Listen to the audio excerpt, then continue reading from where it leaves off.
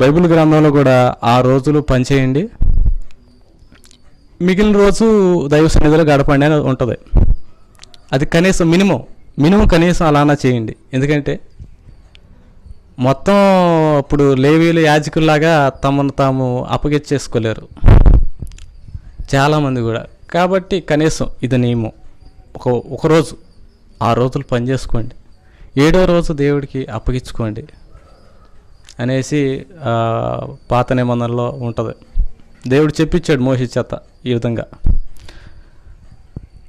కానీ గడిచే కొద్దీ మనకి బైబిల్ చదివే కొద్దీ మనకి అర్థమయ్యేది ఏంటంటే, ముందుకు వచ్చే కొద్దీ ఎదరికి కొద్దీ మనకి అర్థమయ్యేది ఏంటంటే, దేవుడితో గడిపే క్షణాలు మనవి. ఈ కొటేషన్ మీకు వీలైతే ఏదైనా ఒక పుస్తకంలో రాసుకోండి. దేవుడితో గడిపే క్షణాలే మనం ఎంతగా దేవుడు స్తుతిస్తామో, ఎంత ఎక్కువసేపు మనం దేవుడిని స్తుతిస్తామో అంతగా పరలోక రాజ్యంలో మనం ప్రకాశిస్తూ ఉంటాం. ప్రార్థన చేస్తే